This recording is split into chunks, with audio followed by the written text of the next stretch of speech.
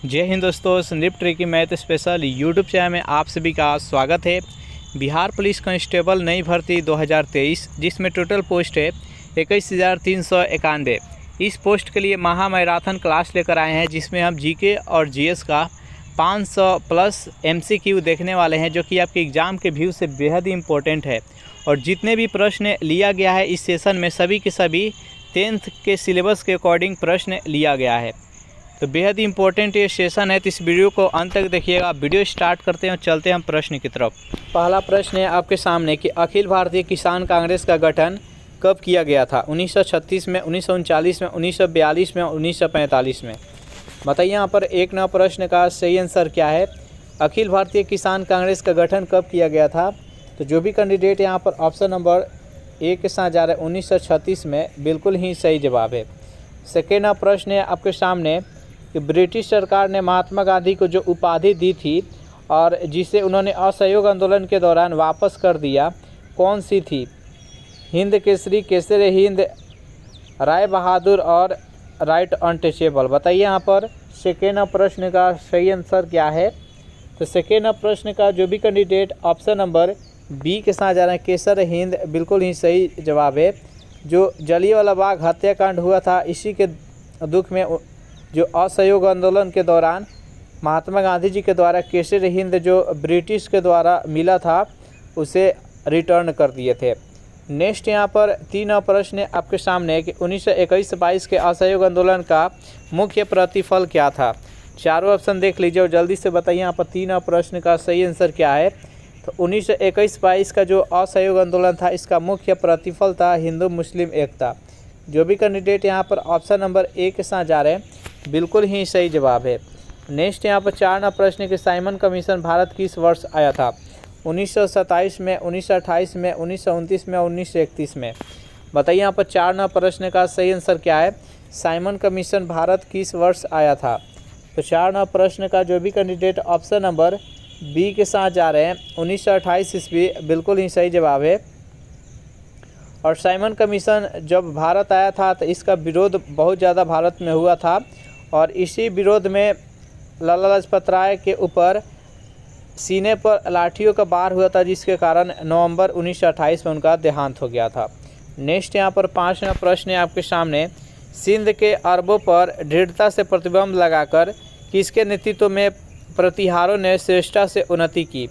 मिहिर भोज, नाग भट्ट प्रथम, नाग भट्ट द्वितीय। बताइए यहाँ पर पाँचवां प्रश्न का सही आंसर क्या है।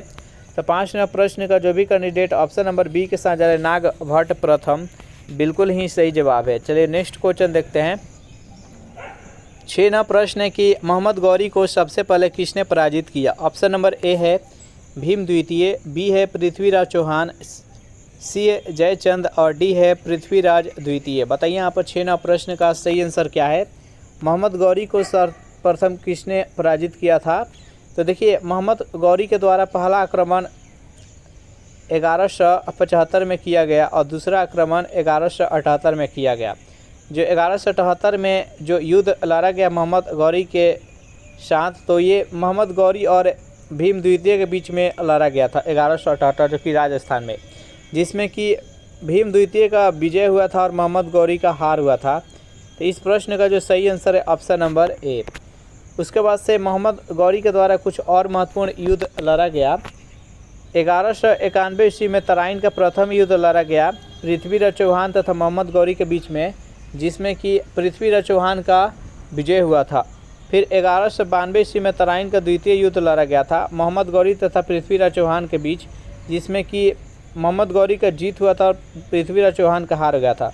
फिर 1194 ईस्वी में चंदावर का युद्ध लड़ा गया था जयचंद तथा मोहम्मद गौरी के बीच में, जिसमें कि जयचंद का हार हुआ था और मोहम्मद गौरी का जीत हुआ था। ये प्रश्न पूछा जाता है, इसको याद रखिएगा। नेक्स्ट यहाँ पर 7वां प्रश्न है कि सल्तनत काल में सेना विभाग का अध्यक्ष जिसके पास सैनिकों की भर्ती, रसद पूर्ति, अस्त्र शस्त्र पूर्ति तथा सेना के संचालन की जिम्मेदारी थी, क्या कहलाता था? चारों ऑप्शन देख लीजिए और जल्दी से बताइए यहाँ पर 7वां प्रश्न का सही आंसर क्या है। तो जो भी कैंडिडेट ऑप्शन नंबर ए के साथ जा रहे आरिज ए मुमाली के, बिल्कुल ही सही जवाब है। नेक्स्ट यहाँ पर 8वां प्रश्न की हड़प्पा सभ्यता के में भवनों का निर्माण किससे किया गया था? ग्रेनाइट से, जले हुए ईंटों से, संगमरमर से और सैंड स्टोन से। बताइए यहाँ पर 8 नंबर प्रश्न का सही आंसर क्या है? तो हड़प्पा सभ्यता में भवनों का निर्माण किससे किया गया था? तो जले हुए ईंटों से। जो भी कैंडिडेट यहाँ पर ऑप्शन नंबर बी के साथ जा रहे हैं बिल्कुल ही सही जवाब है। नेक्स्ट यहाँ पर 9 नंबर प्रश्न है, किस हड़प्पा संस्कृति स्थल से खुदाई में घोड़े की अस्थियाँ प्राप्त हुई? चारों ऑप्शन देख लीजिए और जल्दी से बताइए यहाँ पर 9 नंबर प्रश्न का सही आंसर क्या है? तो जो भी कैंडिडेट ऑप्शन नंबर सी के साथ जा रहे हैं सुरकोटडा बिल्कुल ही सही जवाब है। नेक्स्ट यहाँ पर 10 नंबर प्रश्न है, पक्की मिट्टी के बने हल के प्रतिरूप कहाँ से प्राप्त हुआ? बनवाली से, बी है कालीबंगा से। बताइए यहाँ पर 10 नंबर प्रश्न का सही आंसर क्या है? तो जो भी कैंडिडेट ऑप्शन नंबर ए के साथ जा रहे हैं बनवाली बिल्कुल ही सही जवाब है। बनवाली किस राज्य में है? तो ये हरियाणा में है। कालीबंगा है जो कि राजस्थान में है। नेक्स्ट क्वेश्चन देखते हैं। प्रश्न है आपके सामने, बहुउद्देशीय नदी घाटी परियोजनाओं को आधुनिक भारत के मंदिर किसने कहा था? डॉक्टर राजेंद्र प्रसाद ने, पंडित जवाहरलाल नेहरू ने, श्रीमती इंदिरा गांधी ने और महात्मा गांधी ने। बताइए यहाँ पर 11 प्रश्न का सही आंसर क्या है? बेहद इंपॉर्टेंट प्रश्न है।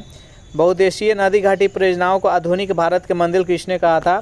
तो जो भी कैंडिडेट यहाँ पर ऑप्शन नंबर बी के साथ जा रहे हैं पंडित जवाहरलाल नेहरू बिल्कुल ही सही जवाब है। इसका right answer option number B.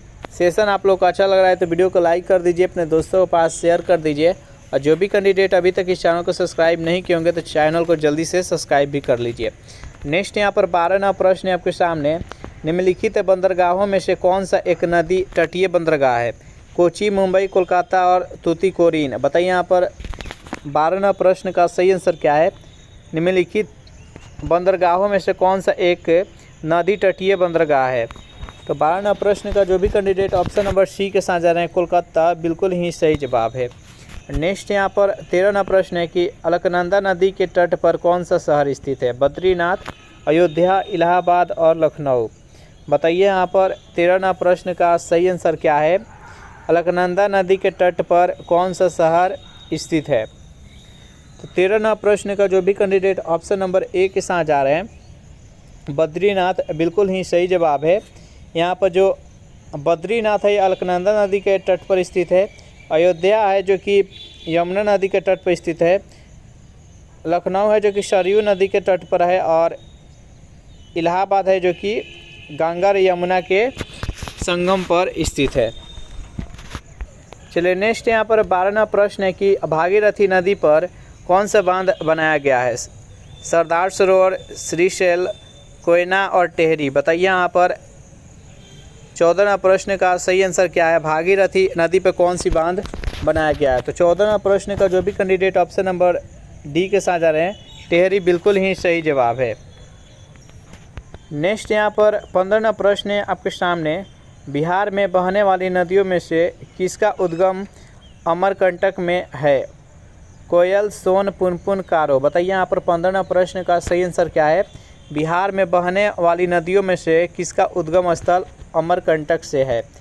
तो 15वां प्रश्न का जो भी कैंडिडेट ऑप्शन नंबर बी के साथ जाना है सोन नदी बिल्कुल ही सही जवाब है। सोन नदी का उद्गम स्थल है जो कि अमरकंटक से। अमरकंटक से 3 नदी निकलती है। एक नर्मदा नदी है जो कि जाकर अरब सागर में गिरती है, दूसरी है महानदी है जो कि बंगाल के खाड़ी में गिरती है और तीसरा यहाँ पर सोन नदी है जो कि गंगा नदी में आकर मिल जाती है। इस प्रश्न का राइट आंसर है ऑप्शन नंबर बी। नेक्स्ट यहाँ पर क्वेश्चन देखते हैं। 16वां प्रश्न है कि अंडमान और निकोबार द्वीप समूह का सर्वोच्च शिखर पलायार शिखर स्थित है बृहद निकोबार में, मध्य अंडमान में, लघु अंडमान में और उत्तरी अंडमान में। बताइए यहाँ पर 16वां प्रश्न का सही आंसर क्या है? तो अंडमान और निकोबार द्वीप समूह का सर्वोच्च शिखर पलायार शिखर स्थित है। 16वां प्रश्न का जो भी कैंडिडेट ऑप्शन नंबर डी के साथ जा रहे हैं उत्तरी अंडमान में बिल्कुल ही सही जवाब है। नेक्स्ट यहाँ पर 17वां प्रश्न है आपके सामने, भारत के पश्चिमी तटीय मैदान के उत्तरी भाग को जिस अन्य नाम से भी जाना जाता है वह है कर्नाटक तट, मलाबार तट, कोंकण तट और कोरोमंडल। बताइए यहाँ पर 17वां प्रश्न का सही आंसर क्या है? तो भारत के पश्चिमी तटीय मैदान के उत्तरी भाग को जिस अन्य नाम से जाना जाता है उसको कोंकर बोला जाता है। जो भी कैंडिडेट यहाँ पर ऑप्शन नंबर सी के साथ जा रहे हैं बिल्कुल ही सही जवाब है। और जो तमिलनाडु से लेकर आंध्र प्रदेश का जो तट है उसको कोरोमंडल कहा जाता है, और जो कर्नाटक से लेकर केरल तक का तट है उसे मलाबार कहा जाता है। और कोंकर है जो कि आप महाराष्ट्र से लेकर कर्नाटक तक का कोंकर बोला जाता है। नेक्स्ट यहाँ पर 18वां प्रश्न है कि लक्षद्वीप टापू अवस्थित है। चारों ऑप्शन देख लीजिए, जल्दी से बताइए यहाँ पर 18वां प्रश्न का सही आंसर क्या है। लक्षद्वीप टापू अवस्थित है। तो 18वां प्रश्न का जो भी कैंडिडेट ऑप्शन नंबर ए के साथ जा रहे हैं दक्षिण पश्चिम भारत में, बिल्कुल ही सही जवाब है। नेक्स्ट यहाँ पर 19वां प्रश्न है कि सर क्रिक विवाद किन दो देशों के मध्य है। चारों ऑप्शन देख लीजिए, जल्दी से बताइए यहाँ पर 19वां प्रश्न का सही आंसर क्या है। सर क्रिक विवाद किन दो देशों के बीच है। 19वां प्रश्न का जो भी कैंडिडेट ऑप्शन नंबर ए के साथ जाना है भारत और पाकिस्तान के बीच, बिल्कुल ही सही जवाब है। नेक्स्ट यहाँ पर 20वां प्रश्न है कि निम्नलिखित में से कौन सा सुमेलित नहीं है। एक तरफ जनजाति और दूसरे तरफ राज्य है। कौन सा राज्य से कौन सा जनजाति संबंधित है, इसका मिलान करना है। कौन सा सही मिलान नहीं है आपको टिक आउट करना है। तो 20वां प्रश्न का जो भी कैंडिडेट ऑप्शन नंबर सी के साथ है संथाल छत्तीसगढ़, बिल्कुल ही सही जवाब है। ये इससे संबंधित नहीं है। जैसे बताइए संथाल जो जनजाति है किस राज्य से संबंधित है। इस प्रश्न का राइट आंसर है ऑप्शन नंबर सी। नेक्स्ट यहाँ पर 21वां प्रश्न है कि भारत के राष्ट्रपति पर महाभियोग चलाने के लिए कम से कम कितने दिन पूर्व उन्हें सूचना मिलना चाहिए। 21वां प्रश्न का सही आंसर क्या है, जल्दी से बताइए। तो भारत के राष्ट्रपति पर महाभियोग चलाने के लिए कम से कम 14 दिन पहले उनको सूचना मिलना चाहिए। इसका राइट आंसर है ऑप्शन नंबर बी। महाभियोग राष्ट्रपति पर किस अनुच्छेद के तहत चलाया जाता है। तो अनुच्छेद 61 के तहत। चलिए नेक्स्ट क्वेश्चन देखते हैं। प्रश्न है आपके सामने यहाँ पर 22 नंबर राष्ट्रपति भवन को डिजाइन किया गया था। चारों ऑप्शन देख लीजिए, जल्दी से बताइए यहाँ पर 22वां प्रश्न का सही आंसर क्या है। जो पुराना राष्ट्रपति भवन है, राष्ट्रपति भवन का डिजाइन कौन किए थे। तो 22वां प्रश्न का जो भी कैंडिडेट ऑप्शन नंबर सी के साथ जा रहे हैं एडविन लुटियंस द्वारा, बिल्कुल ही सही जवाब है। नेक्स्ट यहाँ पर 23वां प्रश्न है कि भारत में स्वतंत्रता के पश्चात प्रथम मंत्रिमंडल का कानून मंत्री कौन था। चारों ऑप्शन देख लीजिए, बताइए यहाँ पर 23वां प्रश्न का सही आंसर क्या है। भारत में स्वतंत्रता के पश्चात प्रथम मंत्रिमंडल का कानून मंत्री कौन था। तो जो भी कैंडिडेट यहाँ पर 23वां प्रश्न का ऑप्शन नंबर डी बता रहे हैं डॉक्टर भीमराव अम्बेडकर, बिल्कुल ही सही जवाब है। 24वां प्रश्न है कि लोकसभा को कार्यकाल पूरा होने से पहले भंग किया जा सकता है। राष्ट्रपति के स्वविवेक से, प्रधानमंत्री द्वारा स्वविवेक से, लोकसभा अध्यक्ष के स्वविवेक से और प्रधानमंत्री की सिफारिश पर राष्ट्रपति के द्वारा। बताइए यहाँ पर 24वां प्रश्न का सही आंसर क्या है। तो लोकसभा को कार्यकाल पूरा होने से पहले भंग किया जा सकता है प्रधानमंत्री के सिफारिश पर राष्ट्रपति के द्वारा। जब भी कैंडिडेट यहाँ पर ऑप्शन नंबर डी के साथ जा रहे हैं, बिल्कुल ही सही जवाब है। नेक्स्ट यहाँ पर 25वां प्रश्न है कि राष्ट्रीय ग्रामीण स्वास्थ्य मिशन का शुभारंभ कब हुआ था। चारों ऑप्शन देख लीजिए, जल्दी से बताइए यहाँ पर 25वां प्रश्न का सही आंसर क्या है।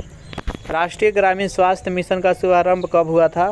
तो 25वां प्रश्न का जो भी कैंडिडेट ऑप्शन नंबर डी के साथ जा रहे हैं 12 अप्रैल 2005, बिल्कुल ही सही जवाब है। नेक्स्ट यहाँ पर 26वां प्रश्न है कि न्यूनतम आवश्यकता कार्यक्रम की संकल्पना निम्न में से किसकी परिभाषी है। चारों ऑप्शन देख लीजिए और जल्दी से बताइए यहाँ पर 26वां प्रश्न का सही आंसर क्या है।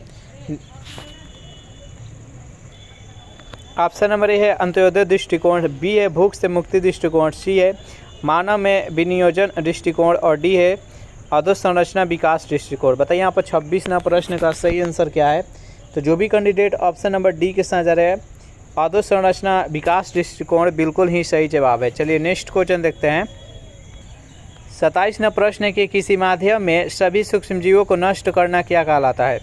चारों ऑप्शन देख लीजिए, बताइए यहाँ पर 27वां प्रश्न का सही आंसर क्या है।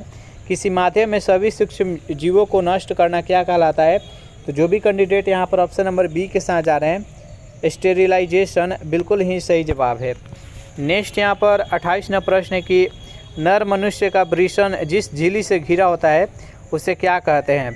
चारों ऑप्शन देख लीजिए, जल्दी से बताइए यहाँ पर 28वां प्रश्न का सही आंसर क्या है। नर मनुष्य का वृषण जिस झिल्ली से घिरा होता है उसे क्या कहते हैं। तो जो भी कैंडिडेट ऑप्शन नंबर बी के साथ जा रहे हैं पेरिस्टोनियम, बिल्कुल ही सही जवाब। इसका राइट आंसर है ऑप्शन नंबर बी। नेक्स्ट यहाँ पर 29वां प्रश्न है, भ्रूण में परिसंचरण तंत्र एवं लसिका तंत्र का निर्माण किस स्तर से होता है? चारों ऑप्शन देख लीजिए, बताइए यहाँ पर 29वां प्रश्न का सही आंसर क्या है। भ्रूण में परिसंचरण तंत्र एवं लसिका तंत्र का निर्माण किस स्तर से होता है? तो 29वां प्रश्न का जो भी कैंडिडेट ऑप्शन नंबर बी के साथ जा रहे हैं, मीसोडर्म, बिल्कुल ही सही जवाब है। अगर इस सेशन का आपको पीडीएफ चाहिए तो इसके लिए टेलीग्राम ग्रुप बना दिए हैं, जिसका लिंक इसी वीडियो के नीचे डिस्क्रिप्शन में मिल जाएगा, वहां से ज्वाइन करके इसका पीडीएफ डाउनलोड कर सकते हैं। क्वेश्चन नंबर 30 नंबर है कि जैनिको प्रौद्योगिकी है एड्स से बचने की एक रक्षा पद्धति, बी है खाद्य फसलों की प्रजाति को विकसित करने की विधि, अनुवांशिक रोगों की पूर्व सूचना प्राप्त करने की एक तकनीक, और डी है मोतियाबिंद से बचाव की एक तकनीक। बताइए यहाँ पर 30वां प्रश्न का सही आंसर क्या है। तो जैनिको प्रौद्योगिकी क्या है? तो अनुवांशिक रोगों की पूर्व सूचना प्राप्त करने की एक तकनीक है। तो जो भी कैंडिडेट यहाँ पर ऑप्शन नंबर सी के साथ जा रहे हैं, बिल्कुल ही सही जवाब है। नेक्स्ट यहाँ पर 31वां प्रश्न है कि भारतीय सर्वेक्षण विभाग का मुख्यालय कहाँ स्थित है? चंडीगढ़ में, हैदराबाद में, देहरादून में और नई दिल्ली में। बताइए यहाँ पर 31वां प्रश्न का सही आंसर क्या है। भारतीय सर्वेक्षण विभाग का मुख्यालय कहाँ है? तो जो भी कैंडिडेट ऑप्शन नंबर सी के साथ जा रहे हैं, देहरादून, बिल्कुल ही सही जवाब है। नेक्स्ट यहाँ पर 32वां प्रश्न के विश्व से चेचक का उन्मूलन घोषित हुआ 1975 में, बी है 1980, सी है 1996 और डी है 2008। बताइए यहाँ पर 32वां प्रश्न का सही आंसर क्या है। तो 1980 इसका राइट आंसर हो जाएगा। नेक्स्ट यहाँ पर 33वां प्रश्न है कि निम्न में से कौन सा जल से हल्का होता है? एल्युमिनियम, सोडियम, मैग्नीशियम और मैंगनीज। बताइए यहाँ पर 33वां प्रश्न का सही आंसर क्या है। निम्नलिखित में से कौन जल से भी हल्का होता है? तो जो भी कैंडिडेट यहाँ पर ऑप्शन नंबर बी के साथ जा रहे हैं, सोडियम, बिल्कुल ही सही जवाब है। चलिए नेक्स्ट यहाँ पर 34वां प्रश्न है आपके सामने, समुद्री जल को शुद्ध जल में किस प्रक्रिया द्वारा बदला जा सकता है? चारों ऑप्शन देख लीजिए और जल्दी से बताइए यहाँ पर 34वां प्रश्न का सही आंसर क्या है। समुद्री जल को शुद्ध जल में किस प्रक्रिया द्वारा बदला जा सकता है? 34वां प्रश्न का जो भी कैंडिडेट ऑप्शन नंबर डी के साथ जा रहे हैं, उत्क्रम परासरण के द्वारा। जो भी कैंडिडेट यहाँ पर डी के साथ जा रहे हैं, बिल्कुल ही सही जवाब है। नेक्स्ट यहाँ पर 35वां प्रश्न है कि रेडियोधर्मी डेटिंग एक प्रक्रिया है जिसमें मापा जा सकता है चट्टानों की उम्र, चट्टानों की संगठन, सी है चट्टानों का रंग और चट्टानों की भार। बताइए यहाँ पर 35वां प्रश्न का सही आंसर क्या है। रेडियोधर्मी डेटिंग एक प्रक्रिया है जिसके द्वारा क्या मापा जाता है? तो 35वां प्रश्न का जो भी कैंडिडेट ऑप्शन नंबर ए के साथ चट्टानों का उम्र, बिल्कुल ही सही जवाब है। नेक्स्ट यहाँ पर 36वां प्रश्न है कि जैव विविधता को अधिकतम संकट किससे है? प्राकृतिक निवास एवं वनस्पतियों के विनाश से, अनुपयुक्त कृषि क्रियाओं से, जलवायु परिवर्तन से और जल प्रदूषण से। बताइए यहाँ पर 36वां प्रश्न का सही आंसर क्या है। जैव विविधता की अधिकतम संकट किससे है? तो प्राकृतिक निवास और वनस्पतियों के विनाश से। जो भी कैंडिडेट यहाँ पर ऑप्शन नंबर ए के साथ जा रहे हैं, बिल्कुल ही सही जवाब है। नेक्स्ट यहाँ पर 37वां प्रश्न है, निम्नलिखित में से कौन सही सुमेलित नहीं है? चारों ऑप्शन देख लीजिए और जल्दी से बताइए यहाँ पर 37वां प्रश्न का सही आंसर क्या है। निम्न में से कौन सा सही सुमेलित नहीं है? तो जो भी कैंडिडेट ऑप्शन नंबर डी के साथ जा रहे हैं, कार्बन व्यापार मॉन्ट्रियल प्रोटोकॉल, ये सही नहीं है, इसका राइट आंसर है ऑप्शन नंबर डी। नेक्स्ट यहाँ पर 38वां प्रश्न है कि निम्न में से कौन सा भारत में निर्वनीकरण का प्रभाव नहीं है? ऑप्शन नंबर ए हिमालय में जल स्रोतों का सूखना, बी है जैव विविधता की हानि, नगरीकरण और मृदा अपरदन। बताइए यहाँ पर 38वां प्रश्न का सही आंसर क्या है। तो जो भी कैंडिडेट ऑप्शन नंबर सी के साथ जा रहे हैं, नगरीकरण, बिल्कुल ही सही जवाब है। नेक्स्ट यहाँ पर 39 नंबर कि भारत में निम्नलिखित में से कौन सा अधिनियम वन्य जीवों को संरक्षण प्रदान करता है? वन जीव संरक्षण अधिनियम 1972, वन संरक्षण अधिनियम 1982, पर्यावरण संरक्षण अधिनियम 1996 और पश्चिम बंगाल वन जीव संरक्षण अधिनियम 1959। बताइए यहाँ पर 39वां प्रश्न का सही आंसर क्या है। तो भारत में निम्न में से कौन सा अधिनियम वन जीवों को संरक्षण प्रदान करता है? तो वन जीव संरक्षण अधिनियम 1972, इसका राइट आंसर है ऑप्शन नंबर ए। 40वां प्रश्न है आपके सामने, निम्नलिखित अभयारण्य में से कौन उल्लेखित संरक्षित प्रजातियों से सम्मिलित नहीं है? जिम कॉर्बेट बाघ, घाना शेर, काजीरंगा गैंडा, पेरियार हाथी। बताइए यहाँ पर 40वां प्रश्न का सही आंसर क्या है। तो जिम कॉर्बेट बाघ से संबंधित है, जो कि उत्तराखंड में, ये बिल्कुल सही जवाब है। काजीरंगा एक सिंग वाला गेंडा असम है, ये भी सही है। पेरियार हाथी से संबंधित है, केरल, ये भी सही है। लेकिन घाना जो है ये राजस्थान में है और ये पक्षियों से संबंधित है। तो इसका राइट आंसर हो जाएगा ऑप्शन नंबर डी। यहाँ पर शेर दिया गया है जो कि गलत है। पहला प्रश्न है आपके सामने कि भारतीय गौरव का अंतिम सूर्य किसके लिए प्रयुक्त हुआ है। शिवाजी के लिए, बी है पृथ्वीराज के लिए, सी है राणा प्रताप के लिए और डी है हेमू के लिए। जल्दी से बताइए यहाँ पर एक नया प्रश्न का सही आंसर क्या है। भारतीय गौरव का अंतिम सूर्य किसके लिए प्रयुक्त हुआ है। तो जो भी कैंडिडेट यहाँ पर ऑप्शन नंबर डी के साथ जा रहे हैं, हेमू, बिल्कुल ही सही जवाब है। भारतीय जितने भी हिंदू शासक थे उसमें से जो अंतिम हिंदू शासक थे वो हेमू थे। हेमू के बाद से पूर्ण तरह से मुस्लिम साम्राज्य का स्थापना हो गया था भारत में। हेमू जो कि पानीपत का जो द्वितीय युद्ध हुआ था अकबर तथा हेमू के बीच में, जिसमें कि हेमू पराजित हो गया था, इसलिए हेमू को भारतीय गौरव का अंतिम सूर्य कहा गया है। इसका राइट आंसर है ऑप्शन नंबर डी। चलिए नेक्स्ट यहाँ पर सेकेंड प्रश्न है, मराठा के उत्कर्ष का निम्नलिखित में से कौन सा कारण सही है। धार्मिक चेतना, भौगोलिक सुरक्षा, राजनीतिक जागृति तथा उच्च नेतृत्व शक्ति और डी है उपयुक्त सभी। बताइए यहाँ पर सेकेंड प्रश्न का सही आंसर क्या है। मराठा के उत्कर्ष का निम्नलिखित में से कौन सा कारक सही है। तो सेकेंड प्रश्न का जो भी कैंडिडेट ऑप्शन नंबर डी के साथ जा रहे हैं, यानी धार्मिक चेतना, भौगोलिक सुरक्षा और राजनीतिक जागृति तथा उच्च नेतृत्व शक्ति, बिल्कुल सही जवाब है इसका उपयुक्त सभी, ऑप्शन नंबर डी। नेक्स्ट यहाँ पर तीन प्रश्न है कि अष्टप्रधान नाम की मंत्रिपरिषद थी गुप्त प्रशासन में, चोल प्रशासन में, विजयनगर प्रशासन में और मराठा प्रशासन में। बताइए यहाँ पर तीन प्रश्न का सही आंसर क्या है।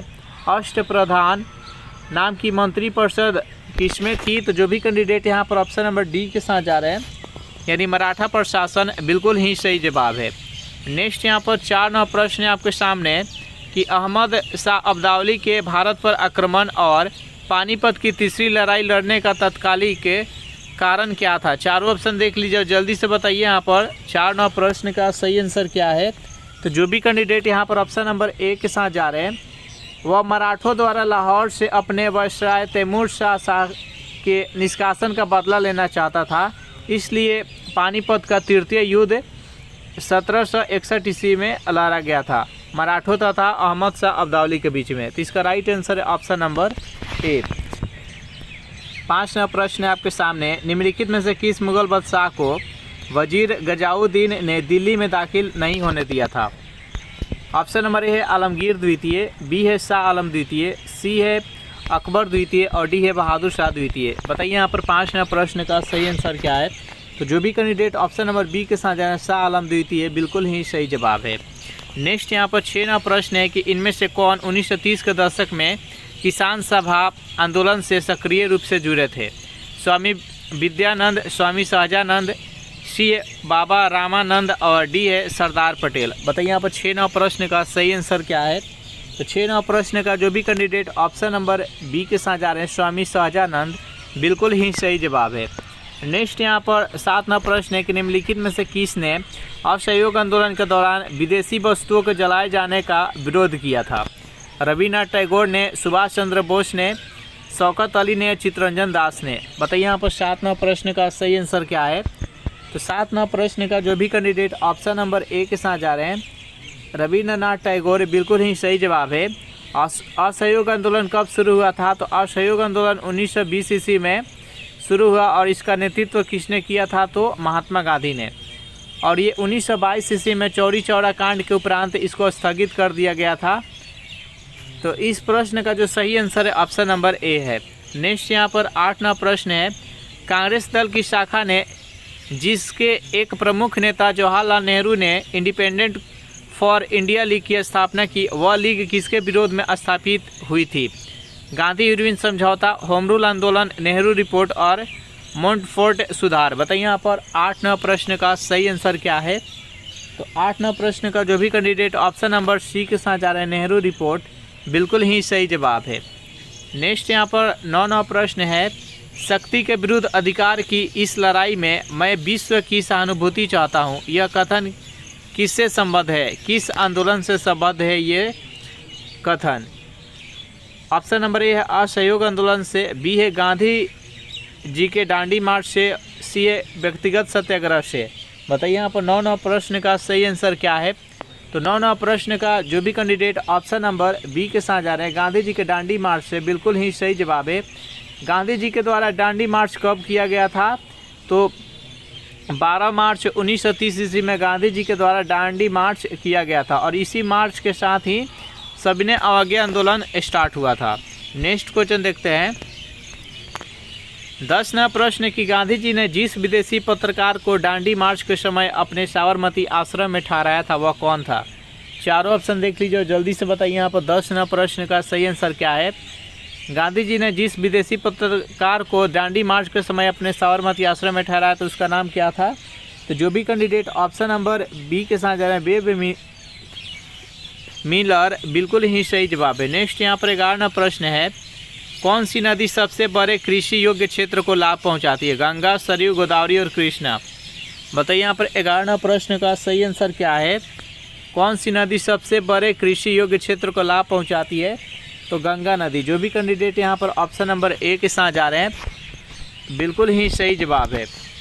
चलिए नेक्स्ट यहाँ पर 12 प्रश्न है कि गोवा की कार्यालयी भाषा क्या है? अंग्रेजी, पोर्तुगीज, कोंकणी और मराठी। बताइए यहाँ पर 12 प्रश्न का सही आंसर क्या है। गोवा की कार्यालयी भाषा क्या है? तो 12 प्रश्न का जो भी कैंडिडेट ऑप्शन नंबर सी के साथ जा रहे हैं, कोंकणी, बिल्कुल ही सही जवाब है।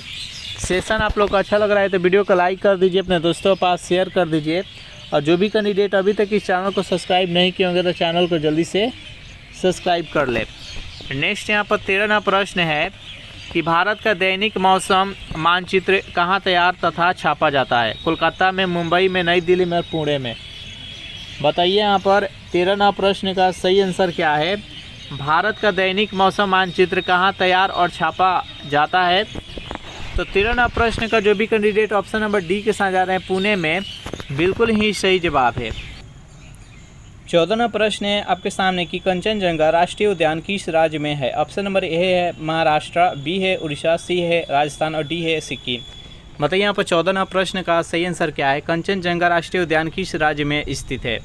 तो 14 प्रश्न का जो भी कैंडिडेट ऑप्शन नंबर डी के साथ जा रहे हैं, सिक्किम बता रहे हैं, बिल्कुल ही सही जवाब है। यहाँ पर कंचनजंगा राष्ट्रीय उद्यान भी है जो कि सिक्किम में है और कंचनजंगा जो पर्वत है ये भी है जो कि सिक्किम में है। और कंचनजंगा जो पर्वत है, अगर पूछा जाए प्रश्न कि भारत में स्थित सबसे ऊंचा चोटी कौन सा है, तो वह है कंचनजंगा, जिसका हाइट कितना है तो 8586 मीटर है। इस प्रश्न का जो आंसर है ऑप्शन नंबर डी हो जाएगा। नेक्स्ट यहाँ पर 15 प्रश्न कि भरतनाट्यम किस राज्य का लोक नृत्य है? ऑप्शन नंबर ए है केरल, बी है तमिलनाडु, सी है आंध्र प्रदेश और डी है उत्तराखंड। बताइए यहाँ पर 15 प्रश्न का सही आंसर क्या है। तो भरतनाट्यम किस राज्य का लोक नृत्य है? तो भरतनाट्यम है जो कि तमिलनाडु का है। जो भी कैंडिडेट यहाँ पर ऑप्शन नंबर बी के साथ जा रहे हैं, बिल्कुल ही सही जवाब है। यहाँ पर भरतनाट्यम लोक नृत्य की बात की जा रही है तो कुछ और महत्वपूर्ण जान लेते हैं। कथकली और मोहिनी अट्टम, कथकली और मोहिनी अट्टम है, ये दोनों है जो कि केरल का है। कुचिपुड़ी है जो कि आंध्र प्रदेश का है। यक्षगान है जो कि कर्नाटक है, ये याद रखिएगा। नेक्स्ट यहाँ पर 16 प्रश्न है कि गोदावरी नदी के तट पर कौन सा शहर स्थित है? बद्रीनाथ, नासिक, मथुरा और लखनऊ। बताइए यहाँ पर 16 प्रश्न का सही आंसर क्या है। गोदावरी नदी के तट पर कौन सी शहर स्थित है? तो जो भी कैंडिडेट यहाँ पर ऑप्शन नंबर बी के साथ जा रहे हैं, नासिक, बिल्कुल ही सही जवाब है। नेक्स्ट यहाँ पर 17 प्रश्न है कि हम्पी में स्थित स्मारकों का समूह कहाँ है? कर्नाटक में, मध्य प्रदेश में, राजस्थान में और कर्नाटक में। यहाँ पर 2 बार कर्नाटक हो गया। जल्दी से बताइए यहाँ पर 17 प्रश्न का सही आंसर क्या है। तो इसका आंसर हो जाएगा कर्नाटक, जो कि ऑप्शन नंबर ए और डी है। तो इसका राइट आंसर है कर्नाटक। नेक्स्ट यहाँ पर 18 प्रश्न की रणथंभौर राष्ट्रीय उद्यान किस राज्य में है? मध्य प्रदेश, राजस्थान, गुजरात और छत्तीसगढ़। बताइए यहाँ पर 18 प्रश्न का सही आंसर क्या है। रणथंभौर राष्ट्रीय उद्यान किस राज्य में है? तो 18 प्रश्न का जो भी कैंडिडेट ऑप्शन नंबर बी के साथ जा रहे हैं, राजस्थान, बिल्कुल ही सही जवाब है। नेक्स्ट यहाँ पर 19 प्रश्न के निम्नलिखित झीलों में से कौन सी बिहार में स्थित है? अनुपम झील, सांभर झील, सुखना झील और कामा झील। बताइए यहाँ पर 19वां प्रश्न का सही आंसर क्या है। निम्नलिखित झीलों में से कौन सी झील है जो कि बिहार में स्थित है। तो 19वां प्रश्न का जो भी कैंडिडेट ऑप्शन नंबर ए के साथ जा रहे हैं, अनुपम झील, बिल्कुल ही सही जवाब है। नेक्स्ट यहाँ पर 20वां प्रश्न है, निम्नलिखित में से किस एक को केप केमोरिन के नाम से भी जाना जाता है। मिजोरम को, कश्मीर को, कन्याकुमारी को और गुजरात को। बताइए यहाँ पर 20वां प्रश्न का सही आंसर क्या है। निम्नलिखित में से किस एक को केप केमोरिन के नाम से जाना जाता है। अगर पूछा जाए प्रश्न है कि भारत की जो मुख्य सीमा है, स्थलीय सीमा, उसके सबसे दक्षिणम बिंदु का नाम क्या है, तो केप केमोरिन है, जिसको कन्याकुमारी के भी नाम से जाना जाता है, जो कि तमिलनाडु में स्थित है। तो इसका राइट आंसर है option number C. Next question देखते हैं। 21वां प्रश्न है कि भारतीय संविधान का कौन सा अनुच्छेद राष्ट्रपति के पद के लिए पुनः निर्वाचन की योग्यताएं निर्धारित करता है। अनुच्छेद 52, अनुच्छेद 54, अनुच्छेद 55 और अनुच्छेद 57। बताइए यहाँ पर 21वां प्रश्न का सही आंसर क्या है। भारतीय संविधान का कौन सा अनुच्छेद राष्ट्रपति के पद के लिए पुनः निर्वाचन की योग्यताएं निर्धारित करता है। तो 21वां प्रश्न का जो भी कैंडिडेट ऑप्शन नंबर डी के साथ जा रहे हैं, अनुच्छेद 57, बिल्कुल ही सही जवाब है। नेक्स्ट यहाँ पर 22वां प्रश्न है आपके सामने कि कौन सा कथन असत्य है। पहला कथन है जो कि राष्ट्रपति के पद के लिए प्रत्याशी की आयु कम से कम 35 वर्ष होनी चाहिए, जो कि सही है। बी है उपराष्ट्रपति राज्यसभा का सभापति बनता है, बिल्कुल सही है। उपराष्ट्रपति का चुनाव भारत का राष्ट्रपति करता है। और डी है भारत के प्रथम राष्ट्रपति डॉक्टर राजेंद्र प्रसाद है। तो यहाँ पर जो ऑप्शन नंबर सी है, कथन नंबर सी है कि उपराष्ट्रपति का चुनाव भारत के राष्ट्रपति करते हैं, ये गलत है। तो इस प्रश्न का जो सही आंसर है ऑप्शन नंबर सी है। नेक्स्ट यहाँ पर 23वां प्रश्न है कि भारत का प्रधानमंत्री बनने के लिए न्यूनतम आयु कितनी होनी चाहिए। 21 वर्ष, 25 वर्ष, 30 वर्ष और 35 वर्ष। बताइए यहाँ पर 23वां प्रश्न का सही आंसर क्या है। भारत का प्रधानमंत्री बनने के लिए न्यूनतम आयु कितनी होनी चाहिए। तो देखिए, भारत का जो प्रधानमंत्री बनता है वो लोकसभा का कोई ना कोई लोकसभा का वह सदस्य होता है। उसमें से जो जिसका वरीयता रहता है उसमें वह प्रधानमंत्री बनता है। लोकप्रियता जिसका अधिक रहता है, जिसका बहुमत मिला रहता है। तो इसके लिए जो न्यूनतम आयु है वो है 25 वर्ष है, क्योंकि लोकसभा के सदस्य बनने के लिए न्यूनतम आयु है 25 वर्ष है। तो सभी का हम न्यूनतम आयु जान लेते हैं। देखिए, अगर राष्ट्रपति बोले, उपराष्ट्रपति बोले या राज्यपाल बोले, ये तीनों के लिए न्यूनतम आयु है जो कि 35 वर्ष है। अगर राज्यसभा का सदस्य बोला जाए तो राज्यसभा का सदस्य है जो कि उसके लिए न्यूनतम आयु है जो कि 30 वर्ष है। लोकसभा के सदस्य के लिए 25 वर्ष, और जो विधानसभा है, विधानसभा के चुनाव लड़ने के लिए उसके लिए भी न्यूनतम आयु है वो 25 वर्ष है। अगर ग्राम पंचायत का चुनाव होता है, उसका सदस्य बनने के लिए, उसका चुनाव लड़ने के लिए न्यूनतम आयु 21 वर्ष होना चाहिए, और मत देने के लिए न्यूनतम आयु 18 वर्ष होना चाहिए। तो इस प्रकार से आप याद रखिएगा। नेक्स्ट यहाँ पर 24वां प्रश्न देखते हैं। प्रश्न है आपके सामने, भारत के प्रधानमंत्रियों में से कौन अपने कार्यकाल में संसद में कभी भी उपस्थित नहीं हुआ। अटल बिहारी वाजपेयी, वीपी सिंह, चंद्रशेखर और चौधरी चरण सिंह। बताइए यहाँ पर 24वां प्रश्न का सही आंसर क्या है। तो 24वां प्रश्न का जो भी कैंडिडेट ऑप्शन नंबर डी के साथ जा रहे हैं, चौधरी चरण सिंह, बिल्कुल ही सही जवाब है। नेक्स्ट यहाँ पर 25वां प्रश्न है कि लोकसभा में राज्यों के किस आधार पर सीटें आवंटित की जाती है। जो लोकसभा का सीट रहता है वो राज्यों में किस आधार पर आवंटित किया जाता है। जनसंख्या के, क्षेत्रफल के, गरीबी के और भाषा के। बताइए यहाँ पर 25वां प्रश्न का सही आंसर क्या है। तो जनसंख्या के अनुसार, यानी जिस राज्य का जनसंख्या जितना अधिक रहेगा उसके अनुसार वहाँ पर सीट भी ज़्यादा मिलेगा। तो इसका राइट आंसर है ऑप्शन नंबर ए। यही कारण है कि बिहार का क्षेत्रफल अदर स्टेट की तुलना में कम है, लेकिन सीट यहाँ पर ज़्यादा है, क्योंकि बिहार के पास जनसंख्या बहुत अधिक है। नेक्स्ट क्वेश्चन देखते हैं। 26वां प्रश्न है, निम्न संवैधानिक संशोधन में से कौन से राज्यों से निर्वाचित होने वाले लोकसभा के सदस्यों की संख्या में वृद्धि करने से संबंधित है। चारों ऑप्शन देख लीजिए और जल्दी से बताइए यहाँ पर 26वां प्रश्न का सही आंसर क्या है। तो जो भी कैंडिडेट ऑप्शन नंबर सी के साथ जा रहे हैं, यानी 7वां और 31वां संशोधन, बिल्कुल ही सही जवाब है। नेक्स्ट यहाँ पर 27वां प्रश्न है कि पोलियो का कारण क्या है। जीवाणु द्वारा होता है, विषाणु द्वारा, कीटों द्वारा और कवक द्वारा। बताइए यहाँ पर 27वां प्रश्न का सही आंसर क्या है। तो पोलियो किसके द्वारा होता है। तो ये विषाणु जनित रोग है। जो भी कैंडिडेट यहाँ पर ऑप्शन नंबर बी के साथ जा रहे हैं, बिल्कुल ही सही जवाब है। अगर इस सेशन का आपको PDF चाहिए तो उसके लिए टेलीग्राम ग्रुप बना दिए, जिसका लिंक इसी वीडियो के नीचे डिस्क्रिप्शन में मिल जाएगा। वहां से ज्वाइन करके इसका PDF डाउनलोड आप करके प्रैक्टिस कर सकते हैं। 28वां प्रश्न है कि अंगोरा ऊन प्राप्त की जाती है भेड़ की एक प्रजाति से, लोमड़ी की एक प्रजाति से, सशक अथवा बकरे की एक प्रजाति से, तिब्बती मृग की एक प्रजाति से। बताइए यहाँ पर 28वां प्रश्न का सही आंसर क्या है। तो अंगोरा जो ऊन प्राप्त किया जाता है यह सशक या बकरे की एक प्रजाति से प्राप्त किया जाता है। जो भी कैंडिडेट यहाँ पर ऑप्शन नंबर सी के साथ जा रहे हैं बिल्कुल ही सही जवाब है। नेक्स्ट यहाँ पर 29वां प्रश्न है कि थैलेसीमिया एक आनुवांशिक रोग है जिससे प्रभावित होता है रक्त, फेफड़ा, हृदय और किडनी। बताइए यहाँ पर 29वां प्रश्न का सही आंसर क्या है। थैलेसीमिया एक आनुवांशिक रोग है, यानी पीढ़ी दर पीढ़ी जाता है, यानी अगर पिताजी को वह रोग हो तो वह पुत्र का भी होने का वह रोग चांस है, जो कि आनुवांशिक रोग है। तो बताइए इस रोग से कौन सा अंग है जो कि प्रभावित होता है। 29वां प्रश्न का जो भी कैंडिडेट ऑप्शन नंबर ए के साथ जा रहे हैं रक्त, बिल्कुल ही सही जवाब है। नेक्स्ट यहाँ पर 30वां प्रश्न है निम्न में से कौन जल के साथ बिल्कुल अभिक्रिया नहीं करता है। आयरन, लेड, मैग्नीशियम और एल्युमिनियम। बताइए यहाँ पर 30वां प्रश्न का सही आंसर क्या है। निम्न में से कौन जल के साथ बिल्कुल अभिक्रिया नहीं करता है। तो वह है लेड। जो भी कैंडिडेट यहाँ पर ऑप्शन नंबर बी के साथ जा रहे हैं बिल्कुल ही सही जवाब है। नेक्स्ट क्वेश्चन देखते हैं। यहाँ पर 31वां प्रश्न है निम्नलिखित में से कौन सा सहसंयोजक यौगिक है। ऑप्शन नंबर ए है calcium chloride, option number B है मैग्नीशियम फ्लोराइड, सी है सोडियम क्लोराइड और डी है कार्बन टेट्राक्लोराइड। बताइए यहाँ पर 31वां प्रश्न का सही आंसर क्या है। 31वां प्रश्न का जो भी कैंडिडेट ऑप्शन नंबर डी के साथ है कार्बन टेट्राक्लोराइड, बिल्कुल ही सही जवाब है। नेक्स्ट यहाँ पर 32वां प्रश्न है कि धातु तार में विद्युत धारा प्रवाह किसके कारण होती है। इलेक्ट्रॉन के कारण, प्रोटॉन के कारण, आयरन के कारण और छिद्र के कारण। बताइए यहाँ पर 32वां प्रश्न का सही आंसर क्या है।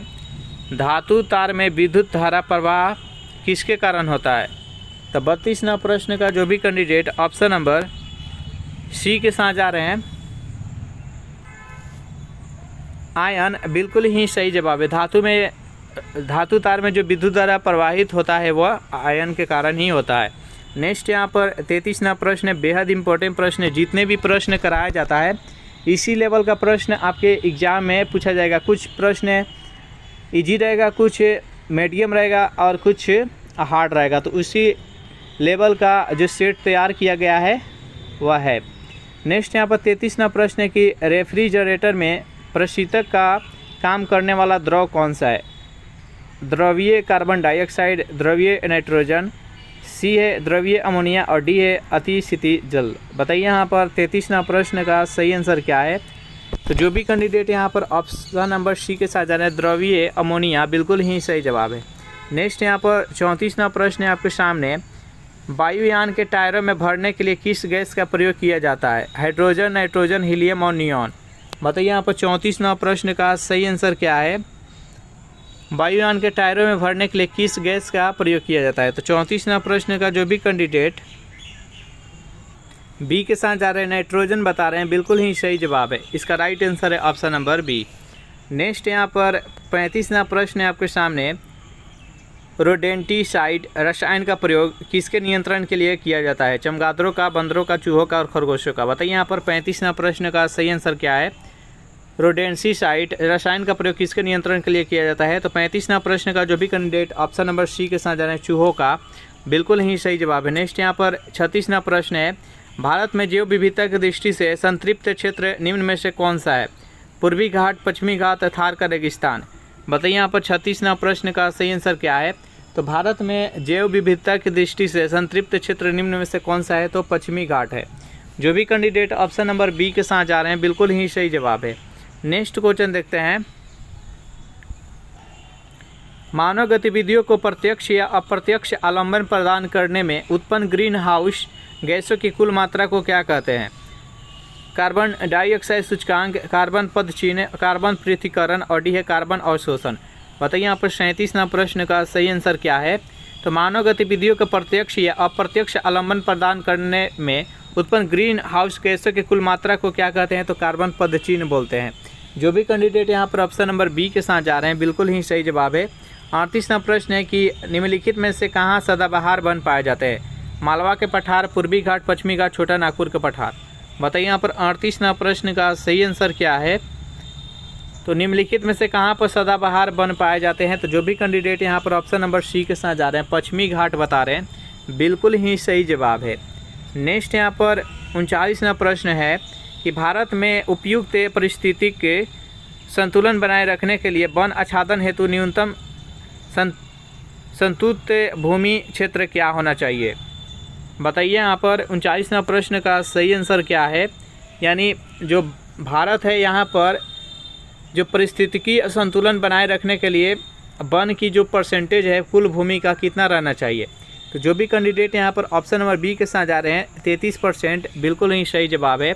33% रिक्वायर है कुल भूमि जो जितना क्षेत्रफल इस पर वन का, लेकिन उतना नहीं है, 24 से 25% है टोटल वन। नेक्स्ट यहाँ पर 40वां प्रश्न है कि पग मार के तकनीक का प्रयोग किया जाता है। चारों ऑप्शन देख लीजिए, जल्दी से बताइए यहाँ पर 40वां प्रश्न का सही आंसर क्या है? तो पग मार्ग तकनीक का प्रयोग किसके लिए किया जाता है? तो विभिन्न वस्तु जंतुओं की संख्या के आकलन करने के लिए। जो भी कैंडिडेट यहाँ पर ऑप्शन नंबर सी के साथ जा रहे हैं, बिल्कुल ही सही जवाब है। पहला प्रश्न है आपके सामने, बेहद इंपॉर्टेंट प्रश्न है कि इनमें से किसने बंगाल में द्वैत शासन प्रणाली को समाप्त किया? ऑप्शन नंबर ए है रॉबर्ट क्लाइव, बी है लॉर्ड कॉर्नवालिस, सी है वारेन हेस्टिंग्स और डी है लॉर्ड मेयो। जल्दी से कमेंट कीजिए 1 प्रश्न का सही आंसर क्या है? तो 1 प्रश्न का जो भी कैंडिडेट यहाँ पर ऑप्शन नंबर सी के साथ जा रहे हैं, वारेन हेस्टिंग्स, बिल्कुल ही सही जवाब है। बंगाल में द्वैत शासन प्रणाली को किसने समाप्त किया था? तो वारेन हेस्टिंग्स। अगर पूछा जाए प्रश्न कि बंगाल में द्वैत शासन प्रणाली को किसने शुरू किया था, तो रॉबर्ट क्लाइव के द्वारा द्वैत शासन प्रणाली शुरू किया गया था। लॉर्ड मेयो से रिलेटेड एक प्रश्न पूछा जाता है कि भारत में सर्वप्रथम जनगणना किसके शासनकाल में हुआ था? तो भारत में सर्वप्रथम जनगणना 1872 ईस्वी में लॉर्ड मेयो के शासनकाल में हुआ और 1881 ईस्वी से लॉर्ड रिपन के समय से रेगुलर जनगणना होना शुरू हो गया। लॉर्ड कॉर्नवालिस से रिलेटेड एक प्रश्न पूछा जाता है कि भारत में अस्थाई बंदोबस्त किसके शासनकाल में लागू किया गया? तो 1793 ईस्वी में लॉर्ड कॉर्नवालिस के द्वारा अस्थाई बंदोबस्त लागू किया गया था। नेक्स्ट यहाँ पर सेकेंड प्रश्न आपके सामने, निम्नलिखित में से कौन सा एक सुमिलित नहीं है? ठगी का दमन विलियम बेंटिंग सही है, एल्बर्ट बिल रिपन के द्वारा बिल्कुल ही सही है, रिंग फेंस की नीति वारेन हेस्टिंग्स के द्वारा बिल्कुल ही सही जवाब है। और यहाँ पर जो ऑप्शन नंबर डी है vernacular press act Lord Curzon, ये गलत है। देखिए वर्नाकुलर प्रेस एक्ट किसके द्वारा लागू किया गया था? तो ये लॉर्ड लीटन के द्वारा वर्नाकुलर प्रेस एक्ट लागू किया गया था।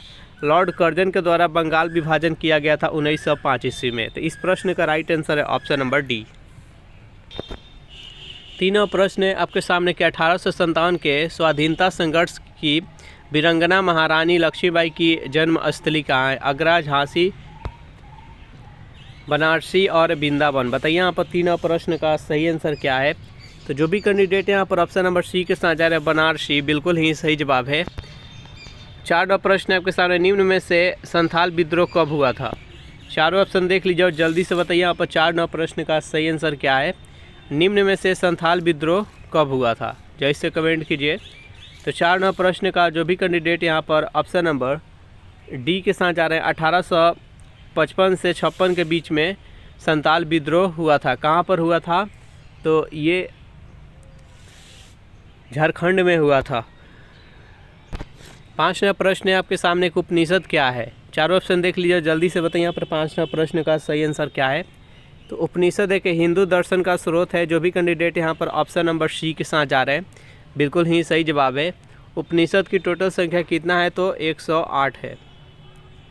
चलिए नेक्स्ट यहाँ पर 6वां प्रश्न है आपके सामने, वह कौन सा मंत्री था जिसने उत्तराधिकारी की लड़ाई में अशोक की उसके भाइयों के विरुद्ध सहायता की थी? चारों ऑप्शन देख लीजिए और जल्दी से बताइए यहाँ पर 6वां प्रश्न का सही आंसर क्या है? तो जो भी कैंडिडेट यहाँ पर ऑप्शन नंबर बी के साथ जा रहे हैं, राधा गुप्त, बिल्कुल ही सही जवाब है।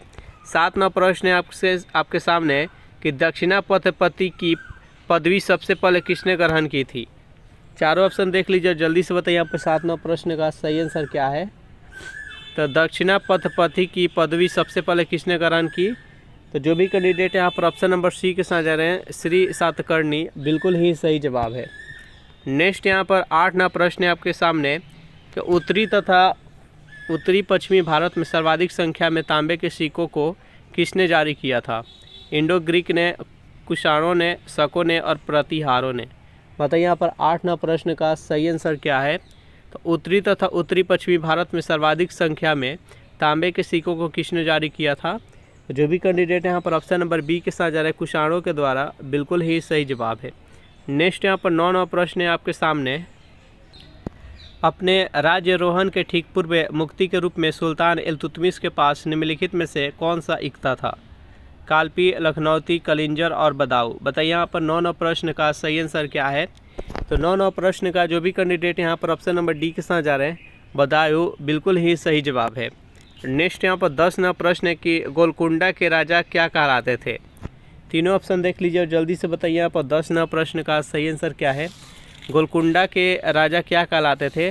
तो कुतुब शाही। जो भी कैंडिडेट यहाँ पर ऑप्शन नंबर ए के साथ जा रहे हैं, बिल्कुल ही सही जवाब है। प्रश्न है कि सूरत की संधि अंग्रेजों और किस मराठा सरदार के बीच हुई थी? चारों ऑप्शन देख लीजिए और जल्दी से बताइए यहाँ पर 11वां प्रश्न का सही आंसर क्या है? सूरत की संधि अंग्रेजों तथा किस मराठा सरदारों के बीच हुआ था? तो 11वां प्रश्न का जो भी कैंडिडेट ऑप्शन नंबर डी के साथ जा रहे हैं, राघोबा, बिल्कुल ही सही जवाब है। नेक्स्ट यहाँ पर 12वां प्रश्न है आपके सामने कि जहांगीर की पत्नियों में से किसने आत्महत्या की थी? चारों ऑप्शन देख लीजिए और जल्दी से बताइए यहाँ पर 12वां प्रश्न का सही आंसर क्या है? जहांगीर की पत्नियों में से किसने आत्महत्या की थी? तो 12वां प्रश्न का जो भी कैंडिडेट ऑप्शन नंबर बी के साथ जा रहे हैं, शाह बेगम, बिल्कुल ही सही जवाब है। नेक्स्ट यहाँ पर 13वां प्रश्न है कि धुमकरिया किस जनजाति की सामाजिक संस्था है? उरांव की, हो की, गोंड की और कोल की। बताइए यहाँ पर 13वां प्रश्न का सही आंसर क्या है? तो धुमकरिया किस जनजाति की सामाजिक संस्था है? तो उरांव की। जो भी कैंडिडेट यहाँ पर ऑप्शन नंबर ए के साथ जा रहे हैं, बिल्कुल ही सही जवाब है। नेक्स्ट यहाँ पर 14वां प्रश्न है आपके सामने कि टेरारोसा का प्रारूपी के विकास उस भूभाग में होता है जिसमें चूना पत्थर होता है, साइनाइट होता है, ग्रेनाइट होता है, बलुआ पत्थर होता है। बताइए यहाँ पर 14वां प्रश्न का सही आंसर क्या है? तो 14वां प्रश्न का जो भी कैंडिडेट ऑप्शन नंबर ए के साथ जा रहे हैं, चूना पत्थर होता है, बिल्कुल ही सही जवाब है। नेक्स्ट यहाँ पर 15वां प्रश्न है कि हमारे ग्रह में मृदु जल की सर्वाधिक मात्रा नदियों में है, झीलों एवं झरनों में है, महाद्वीप एवं पर्वतीय हिम नदियों में है और भूमिगत जल में है। बताइए यहाँ पर 15वां प्रश्न का सही आंसर क्या है? तो हमारे ग्रह में मृदु जल की सर्वाधिक मात्रा कहाँ पर है? तो महाद्वीप और पर्वतीय हिम नदियों में है। जो भी कैंडिडेट यहाँ पर ऑप्शन नंबर सी के साथ जा रहे हैं, बिल्कुल ही सही जवाब है। 16वां प्रश्न कि सर क्रिक विवाद किन दो देशों के मध्य है? भारत और पाकिस्तान। ऑप्शन नंबर इसका बी है अफगानिस्तान और पाकिस्तान, सी है चीन और भारत और डी है भारत और बांग्लादेश। बताइए इस प्रश्न का सही आंसर क्या है? तो सर क्रिक विवाद किन दो देशों के मध्य है? तो भारत और पाकिस्तान के बीच। जो भी कैंडिडेट यहाँ पर ऑप्शन नंबर ए के साथ जा रहे हैं, बिल्कुल ही सही जवाब है। 17वां प्रश्न है आपके सामने कि यदि खाद्यान्नों का सुरक्षित संग्रह निश्चित करना हो तो कटाई के समय उनका आर्द्रता अंश कितने प्रतिशत से अधिक नहीं होना चाहिए? 14% से 16%, 18% और 20%। बताइए यहाँ पर 17वां प्रश्न का सही आंसर क्या है? तो जो भी कैंडिडेट यहाँ पर ऑप्शन नंबर ए के साथ जा रहे हैं 14%, बिल्कुल ही सही जवाब है। 18वां प्रश्न है कि मंदाकिनी नदी किस जल प्रवाह अथवा मुख्य नदी से संबंधित है? अलकनंदा से, भागीरथी से, यमुना से और धौली गंगा से। बताइए यहाँ पर 18वां प्रश्न का सही आंसर क्या है? तो मंदाकिनी नदी है वो किस जल प्रवाह अथवा मुख्य नदी से संबंधित है? तो जो भी कैंडिडेट ऑप्शन नंबर ए के साथ जा रहे हैं अलकनंदा, बिल्कुल ही सही जवाब है। नेक्स्ट यहाँ पर 19वां प्रश्न है आपके सामने कि नंदा देवी चोटी असम हिमालय का भाग है, गढ़वाल हिमालय का भाग है, नेपाल हिमालय का भाग है, पंजाब हिमालय का भाग है। बताइए यहाँ पर 19वां प्रश्न का सही आंसर क्या है? नंदा देवी चोटी किस हिमालय का भाग है? तो ये गढ़वाल हिमालय का भाग है। जो भी कैंडिडेट यहाँ पर ऑप्शन नंबर बी के साथ जा रहे हैं, बिल्कुल ही सही जवाब है। नेक्स्ट यहाँ पर 20वां प्रश्न है कि भारत की तटरेखा की कुल लंबाई कितनी है लगभग। चारों ऑप्शन देख लीजिए, जल्दी से बताइए यहाँ पर 20वां प्रश्न का सही आंसर क्या है। भारत की तटरेखा की कुल लंबाई लगभग कितना है, तो टोटल 7500 किलोमीटर है। जो भी कैंडिडेट यहाँ पर ऑप्शन नंबर डी के साथ जा रहे हैं बिल्कुल ही सही जवाब है। नेक्स्ट यहाँ पर 21वां प्रश्न है आपके सामने कि भारत की निम्नलिखित नदियों में से कौन हिमालय की सभी श्रेणियों को काटती है। रावी नदी, सतलज नदी, ब्यास नदी। बताइए यहाँ पर 21वां प्रश्न का सही आंसर क्या है।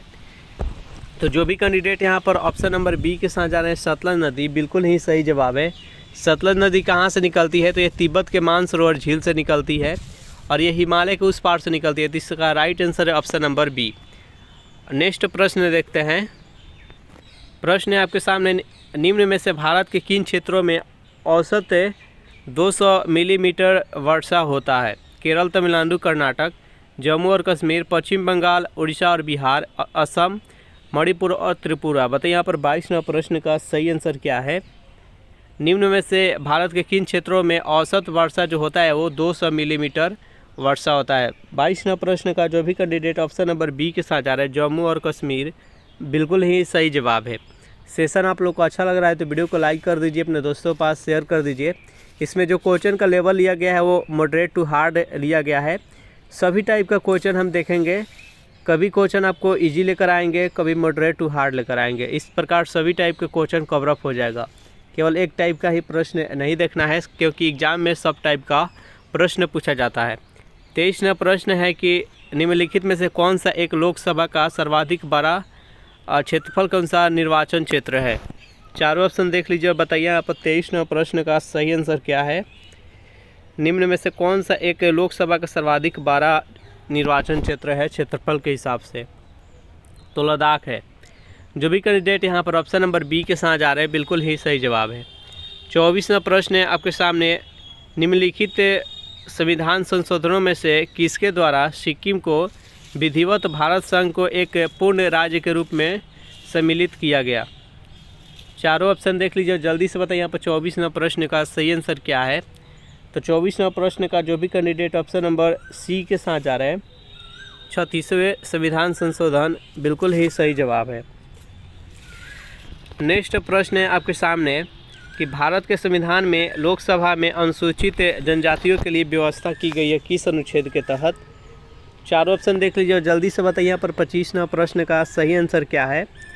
तो जो भी कैंडिडेट यहाँ पर ऑप्शन नंबर ए के साथ जा रहे हैं अनुच्छेद 330 के तहत, बिल्कुल ही सही जवाब है।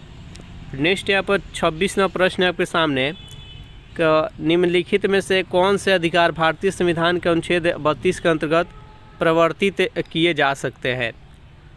चारों ऑप्शन देख लीजिए तीनों और बताइए यहाँ पर 26वां प्रश्न का सही आंसर क्या है। तो मौलिक अधिकार, इस प्रश्न का राइट आंसर हो जाएगा ऑप्शन नंबर बी। अनुच्छेद यहाँ पर 32 के तहत उसमें परिवर्तित किया जा सकता है थोड़ा सा, लेकिन उसके मूल ढांचा में किसी प्रकार का परिवर्तन नहीं होगा। इसका राइट आंसर है ऑप्शन नंबर बी। चलिए नेक्स्ट क्वेश्चन देखते हैं। 27वां प्रश्न है कि universal declaration of human rights में कुल कितने अनुच्छेद है। चारों ऑप्शन देख लीजिए और बताइए यहाँ पर 27वां प्रश्न का सही आंसर क्या है। Universal declaration of human rights में कुल कितने अनुच्छेद है। तो 27वां प्रश्न का जो भी कैंडिडेट ऑप्शन नंबर सी के साथ जा रहे हैं 30, बिल्कुल ही सही जवाब है। नेक्स्ट यहाँ पर 28वां प्रश्न है कि निम्नलिखित में से कौन राज्यपाल की नियुक्ति करता है। जल्दी से बताइए यहाँ पर राज्यपाल की नियुक्ति कौन करता है। तो 28वां प्रश्न का जो भी कैंडिडेट ऑप्शन नंबर डी के साथ जा रहे हैं, भारत के राष्ट्रपति के द्वारा राज्यपाल की नियुक्ति की जाती है। तो इसका राइट आंसर है ऑप्शन नंबर डी। 29वां प्रश्न है कि वर्तमान में जनसंख्या के सुखों का परित्याग किए बिना भविष्य के लिए ऊर्जा तथा अन्य संसाधनों की बचत निम्न में से कौन सी अवधारणा की परिभाषा है। आर्थिक वृद्धि, आर्थिक विकास, संपोषणीय विकास और मानव विकास। बताइए पर 29वां प्रश्न का सही आंसर क्या है। तो जो भी कैंडिडेट यहाँ पर ऑप्शन नंबर सी के साथ जा रहे हैं संपोषणीय विकास, बिल्कुल ही सही जवाब है।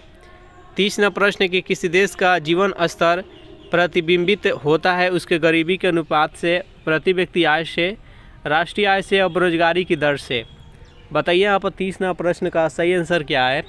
किसी भी देश का जो जीवन स्तर है क्या वहाँ का प्रतिबिंबित करता है, कौन कौन क्या वहाँ का दिखाता है।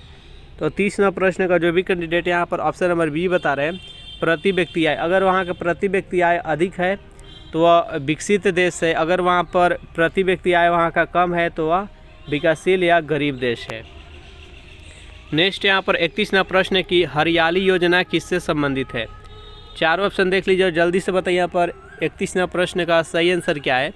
हरियाली योजना किससे संबंधित है। तो 31वां प्रश्न का जो भी कैंडिडेट ऑप्शन नंबर सी के साथ जा रहा है, जल प्रबंधन से, बिल्कुल ही सही जवाब है। नेक्स्ट क्वेश्चन देखते हैं। 32वां प्रश्न की राष्ट्रीय नियोजन में रोलिंग प्लान की अवधारणा किसके द्वारा लागू की गई थी। चारों ऑप्शन देख लीजिए और जल्दी से बताइए यहाँ पर 32वां प्रश्न का सही आंसर क्या है। राष्ट्रीय नियोजन में रोलिंग प्लान की जो अवधारणा है ये किसके द्वारा लागू की गई थी। तो 32वां प्रश्न का जो भी कैंडिडेट ऑप्शन नंबर सी के साथ जा रहे हैं, राष्ट्रीय फ्रंट सरकार के द्वारा, बिल्कुल ही सही जवाब है। नेक्स्ट यहाँ पर 33वां प्रश्न है कि भारत सरकार ने देश के 14 बैंकों का राष्ट्रीयकरण कब किया था। बेहद इंपॉर्टेंट प्रश्न, जल्दी से बताइए यहाँ पर 33वां प्रश्न का सही आंसर क्या है। भारत सरकार ने देश के 14 बैंकों का राष्ट्रीयकरण कब किया था। तो जुलाई 1969 ईस्वी में इंदिरा गांधी के समय में इस राष्ट्रीयकरण किया गया था 14 बैंकों का। नेक्स्ट यहाँ पर 34वां प्रश्न है कि प्रथम क्षेत्रीय ग्रामीण बैंक की स्थापना किस वर्ष की गई। चारों ऑप्शन देख लीजिए, जल्दी से बताइए 34वां प्रश्न का सही आंसर क्या है। तो 34वां प्रश्न का जो भी कैंडिडेट ऑप्शन नंबर डी के साथ जा रहे हैं, 1975 ईस्वी, बिल्कुल ही सही जवाब है। नेक्स्ट यहाँ पर 35वां प्रश्न है कि किसी मनुष्य द्वारा पृथ्वी पर लगाया गया दाब महत्तम होता है यदि मनुष्य लेटा हुआ हो, बैठा हुआ हो, एक पैर पर खड़ा हो और दोनों पैरों पर खड़ा हो। बताइए यहाँ पर किस स्थिति में मनुष्य द्वारा पृथ्वी पर सबसे अधिक दाब लगाया जाएगा। चारों स्थिति देख लीजिए, जल्दी से बताइए यहाँ पर 35वां प्रश्न का सही आंसर क्या है। तो जब मनुष्य एक पैर पर खड़ा हो तो उस टाइम सबसे अधिक पृथ्वी पर दाब लगाएगा। तो इसका राइट आंसर है ऑप्शन नंबर सी। नेक्स्ट यहाँ पर 36वां प्रश्न है कि आतिशबाजी में हरा रंग किसके क्लोराइड लवण के कारण दिखाई देता है। चारों ऑप्शन देख लीजिए और जल्दी से बताइए यहाँ पर 36वां प्रश्न का सही आंसर क्या है। जो आतिशबाजी होता है, पटाखा फोड़ा जाता है तो उसमें देखते होंगे आकाश में हरा हरा ग्रीन कलर दिखाई देता होगा, तो किसके कारण दिखाई देता है।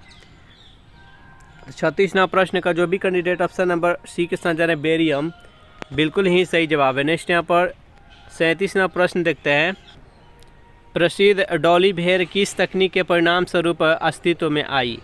चारों ऑप्शन देख लीजिए और जल्दी से बताइए यहाँ पर 37वां प्रश्न का सही आंसर क्या है। प्रसिद्ध डॉली भेड़ किस तकनीक के परिणाम स्वरूप अस्तित्व में आई थी। तो 37वां प्रश्न का जो भी कैंडिडेट ऑप्शन नंबर ए के साथ जा रहे हैं, क्लोनिंग, बिल्कुल ही सही जवाब है। नेक्स्ट यहाँ पर 38वां प्रश्न है।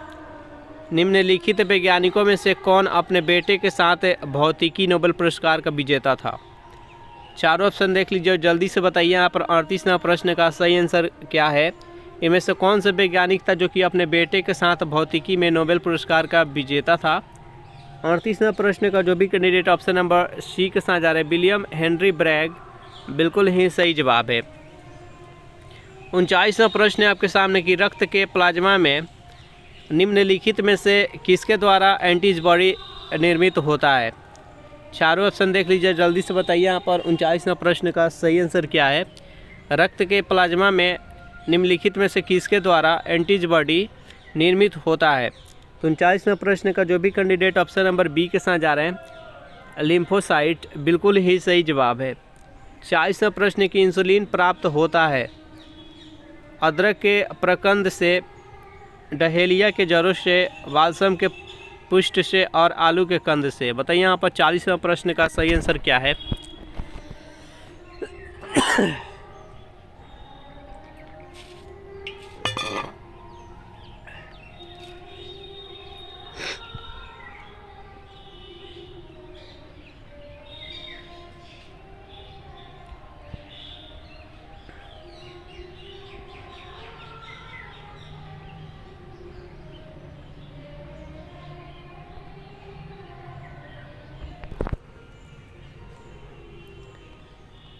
इकतालीसवां प्रश्न है आपके सामने, न्यूमेरिकल है, आसान क्वेश्चन है। गति के नियम से संबंधित प्रश्न है। एक ऊंची इमारत से एक गेंद 9.8 मीटर प्रति सेकंड प्रति वर्ग सेकंड के समान त्वरण के साथ गिराई जाती है, तो 3 सेकंड बाद उसका वेग क्या होगा। देखिए, एक इमारत है, इमारत से एक गेंद को 9.8 क्या है, तो ये गुरुत्वीय त्वरण यानी जी के मान दिया गया है यहाँ पर 9.8। उसके बाद यहाँ पर टाइम कितना दिया गया है, टी का वैल्यू कितना दिया गया है, तो 3 दिया गया है। और 9.8 मीटर प्रति वर्ग सेकंड के समान त्वरण से गिराई जाती है। 3 सेकंड बाद उसका वेग ज्ञात करना है। तो प्रारंभिक वेग कितना होगा, प्रारंभिक वेग को यू से डिनोट करते हैं। प्रारंभिक वेग 0 होगा, क्योंकि जब वस्तु को छोड़ा जाता होगा तो उस टाइम उसका स्थिति 0 वेग होगा, और जब अंत जो भी रहता है उसको अंतिम वेग कहते हैं। इसका मान हमको ज्ञात करना है। तो एक फार्मूला होता है v बराबर u प्लस जी टी। तो यहाँ पर u का मान 0 हो जाएगा और gt का मान 9.8 हो जाएगा, और गुने में यहाँ पर 3 हो जाएगा। इसको मल्टीप्लाई कर देंगे तो 29.4 मीटर प्रति सेकंड हो जाएगा। तो इसका राइट आंसर हो जाएगा ऑप्शन नंबर सी। 42वां प्रश्न है कि आर्कियोपेरिक्स में कौन से सरीसृपीय लक्षण थे। चारों ऑप्शन देख लीजिए और बताइए इस प्रश्न का सही आंसर क्या है। तो 42वां प्रश्न का जो भी कैंडिडेट ऑप्शन नंबर सी के साथ जा रहे हैं, नखरित पंख, सल्क और पीछे, जो भी कैंडिडेट यहाँ पर ऑप्शन नंबर सी के साथ जा रहे हैं, बिल्कुल ही सही जवाब है। 43वां प्रश्न है कि पवन ऊर्जा में ऊर्जा का कौन सा रूप विद्युत ऊर्जा में परिवर्तित होता है। गतिज ऊर्जा, स्थितिज ऊर्जा, सौर ऊर्जा और विकिरण ऊर्जा। बताइए यहाँ पर 43वां प्रश्न का सही आंसर क्या है। पवन ऊर्जा जो होता है, पवन ऊर्जा में ऊर्जा का कौन सा रूप विद्युत ऊर्जा में कन्वर्ट होता है। तो 43वां प्रश्न का जो भी कैंडिडेट ऑप्शन नंबर ए के साथ जा रहे हैं, गतिज ऊर्जा विद्युत ऊर्जा में कन्वर्ट होता है। नेक्स्ट यहाँ पर 44वां प्रश्न है कि नदियों का जल वर्षा के जल से कठोर होता है, क्योंकि यह हमेशा बहता रहता है, यह वायुमंडल में खुला रहता है, इनमें कैल्शियम मैग्नीशियम के लवण होते हैं और इनमें सोडियम क्लोराइड होता है। बताइए यहाँ पर 44वां प्रश्न का सही आंसर क्या है। तो जो भी कैंडिडेट ऑप्शन नंबर सी के साथ जा रहे हैं, इनमें कैल्शियम तथा मैग्नीशियम के लवण होते हैं, बिल्कुल ही सही जवाब है। 45वां प्रश्न के वृद्धा अवस्था एवं काल प्रभाव के विषय में ज्ञान प्राप्त करने की विधि को क्या कहते हैं। चारों ऑप्शन देख लीजिए, जल्दी से बताइए यहाँ पर 45वां प्रश्न का सही आंसर क्या है। तो जो भी कैंडिडेट ऑप्शन नंबर बी के साथ जा रहे हैं, जेरेंटोलॉजी, बिल्कुल ही सही जवाब है। 46वां प्रश्न है आपके सामने कि खाद्य पदार्थों का परिरक्षण है तो निम्न में से कौन सा पदार्थ प्रयुक्त किया जाता है। चारों ऑप्शन देख लीजिए, जल्दी से बताइए यहाँ पर 46वां प्रश्न का सही आंसर क्या है। यानी जो भी खाद्य पदार्थ होते हैं उसको परिरक्षण यानी सुरक्षित रखने के लिए उनमें कौन सा पदार्थ मिलाया जाता है। तो 46वां प्रश्न का जो भी कैंडिडेट ऑप्शन नंबर सी के साथ जा रहे हैं, बेंजोइक अम्ल, बिल्कुल ही सही जवाब है। 47वां प्रश्न के अंतरिक्ष में सबसे पहले कोई यान भेजने वाला देश कौन था। बताइए यहाँ पर 47वां प्रश्न का सही आंसर क्या है। ऑप्शन नंबर ए है जर्मनी, बी है ऑप्शन नंबर ए है कनाडा, बी है जर्मनी, सी है अमेरिका और डी है सोवियत संघ। बताइए यहाँ पर 47 का राइट आंसर क्या है। तो जो भी कैंडिडेट यहाँ पर सोवियत संघ बता रहे हैं, बिल्कुल ही सही जवाब है। 48वां प्रश्न है कि ताजिकिस्तान की राजधानी कहाँ है। जल्दी से बताइए 48वां प्रश्न का सही आंसर क्या है। तो ताजिकिस्तान की राजधानी दुशांबे है। जो भी कैंडिडेट यहाँ पर ऑप्शन नंबर सी के साथ जा रहे हैं, बिल्कुल ही सही जवाब है। 49वां प्रश्न है कि ऊँटों का प्रसिद्ध व्यापार किस वार्षिक मेले का हिस्सा है। चारों ऑप्शन देख लीजिए, जल्दी से बताइए यहाँ पर 49वां प्रश्न का सही आंसर क्या है। तो ऊँटों का प्रसिद्ध व्यापार किस वार्षिक मेले का एक हिस्सा है। तो पुष्कर मेला, जो कि कहाँ पर प्रचलित है, ये राजस्थान में है। नेक्स्ट यहाँ पर 50वां प्रश्न है कि निम्न में से किस राज्य में विधान परिषद का गठन नहीं किया गया है। बिहार, कर्नाटक, तेलंगाना और तमिलनाडु। बताइए यहाँ पर 50वां प्रश्न का सही आंसर क्या है। तो तमिलनाडु में विधान परिषद का गठन नहीं किया गया है। बाकी यहाँ पर तेलंगाना, कर्नाटक और बिहार, ये तीनों में विधान परिषद का गठन किया गया है। पहला प्रश्न है आपके सामने कि बाबर ने तुजुक ए बाबरी किस भाषा में लिखी थी। फारसी में, तुर्की में, उर्दू में और अरबी में। बताइए यहाँ पर 1 नंबर प्रश्न का सही आंसर क्या है। तो बाबर ने तुजुक ए बाबरी किस भाषा में लिखी थी। तो जो भी कैंडिडेट यहाँ पर ऑप्शन नंबर बी के साथ जा रहे हैं तुर्की में, बिल्कुल ही सही जवाब है। सेकेंड प्रश्न है आपके सामने कि बिहार का प्रथम रामसर क्षेत्र कहाँ स्थित है? बेगूसराय में, बांका में, भागलपुर और भोजपुर। बताइए यहाँ पर सेकेंड प्रश्न का सही आंसर क्या है? तो बिहार का प्रथम रामसर क्षेत्र कहाँ स्थित है? तो बेगूसराय में। जो भी कैंडिडेट यहाँ पर ऑप्शन नंबर ए के साथ जा रहे हैं, बिल्कुल ही सही जवाब है। तीन प्रश्न है आपके सामने कि रूपसी हवाई अड्डा भारत के किस राज्य में स्थित है? Arunachal Pradesh, Assam, Goa, port Blair. बताइए यहाँ पर तीन प्रश्न का सही आंसर क्या है? रूपसी हवाई अड्डा भारत के किस राज्य में स्थित है? तो जो भी कैंडिडेट यहाँ पर ऑप्शन नंबर बी के साथ जा रहे हैं असम, बिल्कुल ही सही जवाब है। नेक्स्ट यहाँ पर 4 प्रश्न है आपके सामने कि भरमौर जनजातीय क्षेत्र किस प्रांत में स्थित है? सिक्किम, हिमाचल प्रदेश, उत्तराखंड और लद्दाख। बताइए इस प्रश्न का सही आंसर क्या है? तो 4 प्रश्न का जो भी कैंडिडेट ऑप्शन नंबर बी के साथ जा रहे हैं हिमाचल प्रदेश, बिल्कुल ही सही जवाब है। नेक्स्ट यहाँ पर 5 प्रश्न है आपके सामने कि भारतीय राष्ट्रीय कांग्रेस का अध्यक्ष निर्वाचित होने वाला प्रथम यूरोपियन कौन था?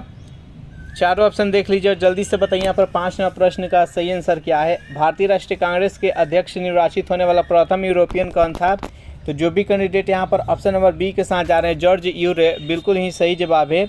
ये 1888 ईस्वी में भारतीय राष्ट्रीय कांग्रेस के अध्यक्ष थे। नेक्स्ट यहाँ पर 6 प्रश्न है आपके सामने कि एक मुद्रा जिसकी विनिमय दर में लगातार गिरने की प्रवृत्ति हो वह क्या कहलाती है? दुर्लभ मुद्रा, सुलभ मुद्रा, स्वर्ण मुद्रा और गर्म मुद्रा। बताइए यहाँ पर 6 प्रश्न का सही आंसर क्या है? तो 6 प्रश्न का जो भी कैंडिडेट यहाँ पर ऑप्शन नंबर डी के साथ जा रहे हैं गर्म मुद्रा, बिल्कुल ही सही जवाब है। 7 प्रश्न है आपके सामने कि अनुदैर्ध्य तरंगों का उदाहरण है ध्वनि तरंग, रेडियो तरंग, गामा किरण और एक्स किरण। बताइए यहाँ पर 7 प्रश्न का सही आंसर क्या है? अनुदैर्ध्य तरंगों का उदाहरण कौन सा है? तो यहाँ पर 7 प्रश्न का जो भी कैंडिडेट ऑप्शन नंबर बी के साथ जा रहे हैं यानी ध्वनि तरंग है, जो कि एक अनुदैर्ध्य तरंग है, तो इसका राइट आंसर हो जाएगा ऑप्शन नंबर बी। नेक्स्ट यहाँ पर 8 प्रश्न है आपके सामने कि अंतर्राष्ट्रीय बॉक्सिंग फेडरेशन का मुख्यालय कहाँ स्थित है? चारों ऑप्शन देख लीजिए और जल्दी से बताइए यहाँ पर 8 प्रश्न का सही आंसर क्या है? अंतर्राष्ट्रीय बॉक्सिंग फेडरेशन का मुख्यालय कहाँ स्थित है? तो जो भी कैंडिडेट यहाँ पर ऑप्शन नंबर सी के साथ जा रहे हैं न्यू जर्सी, बिल्कुल ही सही जवाब है। नेक्स्ट यहाँ पर 9 प्रश्न है आपके सामने कि पेट्रोल की गुणवत्ता को व्यक्त किया जाता है। चारों ऑप्शन देख लीजिए जल्दी से बताइए यहाँ पर 9 प्रश्न का सही आंसर क्या है? पेट्रोल की गुणवत्ता को व्यक्त किया जाता है तो ऑक्टेन संख्या के द्वारा। जो भी कैंडिडेट यहाँ पर ऑप्शन नंबर सी के साथ जा रहे हैं, बिल्कुल ही सही जवाब है। यहाँ पर 10 प्रश्न है आपके सामने कि सरदार सरोवर परियोजना किस नदी पर स्थित है? चंबल नदी, ताप्ती नदी, नर्मदा नदी और यमुना नदी। बताइए यहाँ पर 10 प्रश्न का सही आंसर क्या है? तो सरदार सरोवर परियोजना किस नदी पर स्थित है? तो नर्मदा नदी पर। जो भी कैंडिडेट यहाँ पर ऑप्शन नंबर सी के साथ जा रहे हैं, बिल्कुल ही सही जवाब है। 11 प्रश्न है आपके सामने कि घाना पक्षी बिहार निम्न में से किस राज्य में स्थित है? बिहार में, उत्तर प्रदेश, राजस्थान और कर्नाटक। बताइए यहाँ पर 11 प्रश्न का सही आंसर क्या है?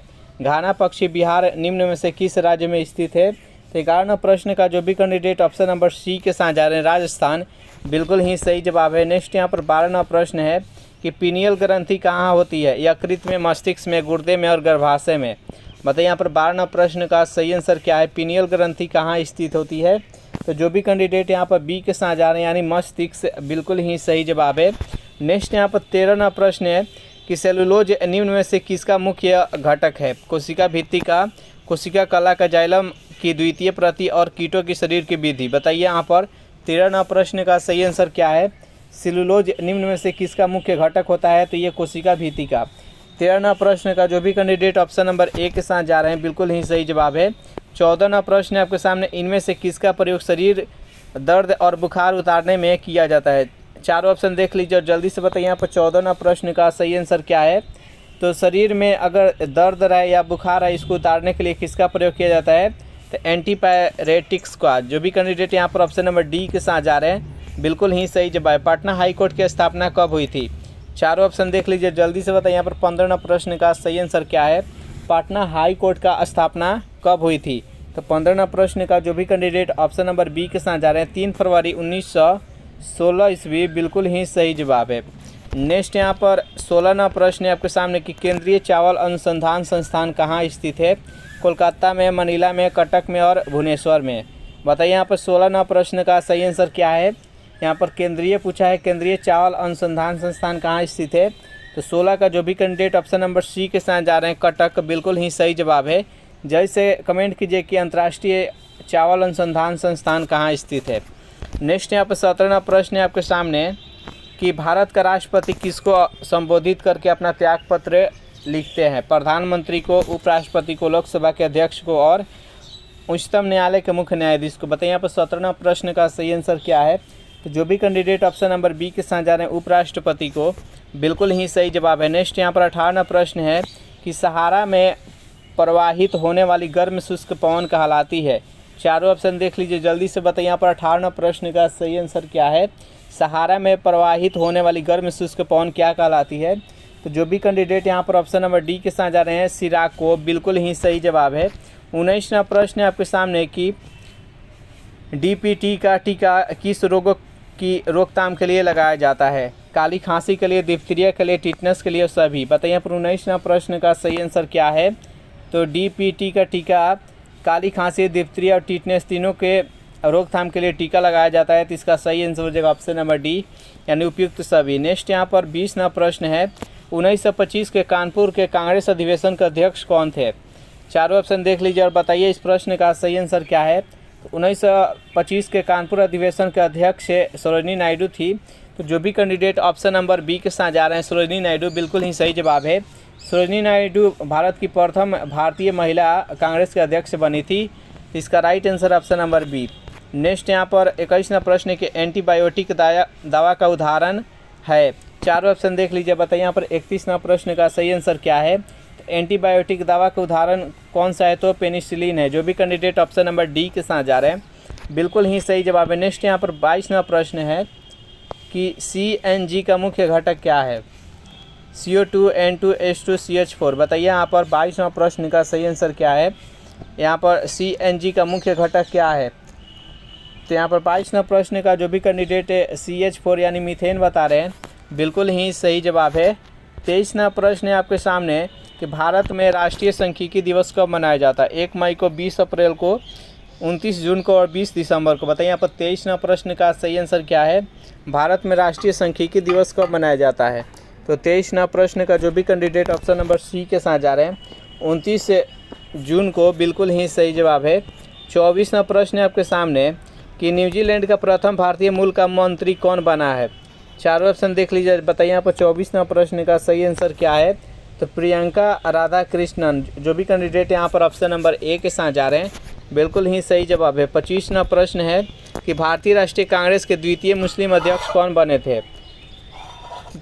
चारों ऑप्शन देख लीजिए जल्दी से। बताइए यहाँ पर 25वां प्रश्न का सही आंसर क्या है। भारतीय राष्ट्रीय कांग्रेस के द्वितीय मुस्लिम अध्यक्ष कौन बने थे। प्रथम कौन बने थे। तो बदरुद्दीन तैयब जी। और दूसरा बने थे रहीमतुल्लाह मोहम्मद सयानी। जो भी कैंडिडेट यहाँ पर ऑप्शन नंबर सी के साथ जा रहे हैं, बिल्कुल ही सही जवाब है। 26वां प्रश्न है कि निम्न में से कौन सी मूल भौतिक राशि है। बल, वेग, विद्युत धारा और कार्य। बताइए यहाँ पर 26वां प्रश्न का सही आंसर क्या है। निम्न में से कौन सी मूल भौतिक राशि है। तो 26वां प्रश्न का जो भी कैंडिडेट यहाँ पर ऑप्शन नंबर सी के साथ जा रहे हैं, विद्युत धारा, बिल्कुल ही सही जवाब है। नेक्स्ट यहाँ पर 27वां प्रश्न है कि अष्ट प्रधानमंत्री परिषद किसके राज्य प्रबंध में सहायता करती थी। कृष्णदेव राय, बाबर, शिवाजी और अकबर। बताइए यहाँ पर 27वां प्रश्न का सही आंसर क्या है।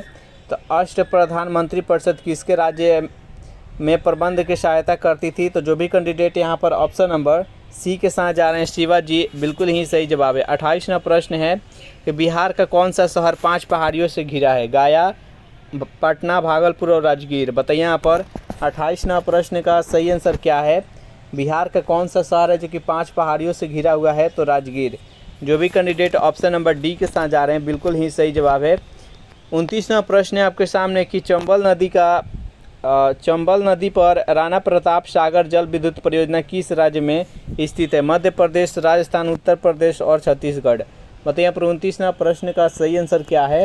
तो जो भी कैंडिडेट यहाँ पर ऑप्शन नंबर बी के साथ जा रहे हैं, राजस्थान, बिल्कुल ही सही जवाब है। 30वां प्रश्न है कि पुनः सार्वजनिक सभा की स्थापना की थी। चारों ऑप्शन देख लीजिए और जल्दी से बताइए यहाँ पर 30वां प्रश्न का सही आंसर क्या है। पुनः सार्वजनिक सभा की स्थापना किसने की थी और कब की थी? तो 30वां प्रश्न का जो भी कैंडिडेट ऑप्शन नंबर बी के साथ जा रहे हैं 1870 ईस्वी में महादेव गोविंद रानाडे ने, बिल्कुल ही सही जवाब है। 31वां प्रश्न है कि कमला हैरिस का पैतृक गांव तमिलनाडु के किस जिले में स्थित है? चारों ऑप्शन देख लीजिए और जल्दी से बताइए यहाँ पर 31वां प्रश्न का सही आंसर क्या है।